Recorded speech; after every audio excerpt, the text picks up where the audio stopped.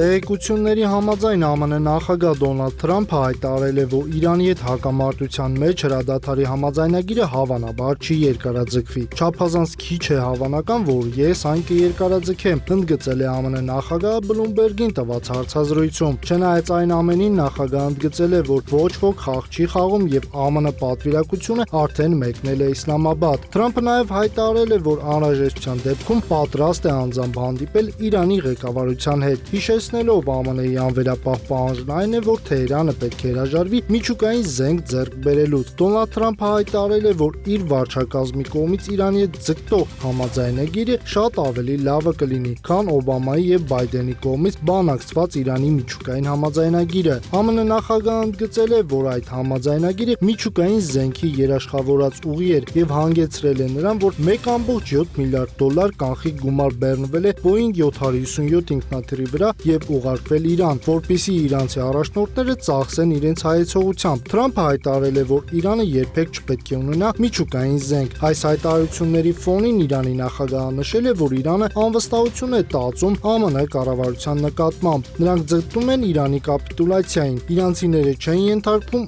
ուժի կիրառմանը, հայտարարել է վերջինս։ Տարածաշրջանային կայունության պահպանման համար հեռախոսազրույց են ունեցել նաև Իրանի եւ Ռուսաստանի արտգործնախարարները։ Զրուցակիցները քննարկել են տարածաշրջանային հարցեր։ Միաժամանակ իրանական լրատվամիջոցները հրապարակել են տեսանյութ Հորմուզի նեղուցում տիրող իրավիճակի վերաբերյալ։ Տեսանյութում երևում են մի քանի նավեր։ Ֆարս գործակալությունը հաղորդել է, որ Պարսից ծոց նավերի մուտքի հիմնական ուղին անցնում է իրանական Լարակ եւ Քեշմ կղզիների միջով, իսկ ելքի ուղին հաստատվել է Լարակից հարավ։ Սա նավերի համար անվտանգ ուղի է եւ դրա միջով տարանցումը թույլատրվում է Թեհրանի կողմից։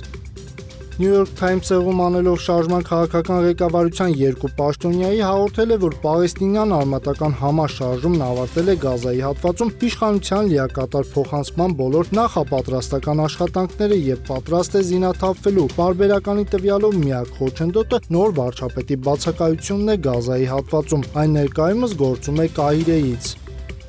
Մեքսիկայում բուրգերի մոտ տեղի ունեցած կրակոցներից հետո վիրավորվել է 7 մարդ, իսկ 1 կին մահացել է։ Տեղական լրատվամիջոցների տվյալներով անհայտ զինված անձը կրակ է բացել զբոսաշրջիկների վրա, ապա ինքնասպան եղել։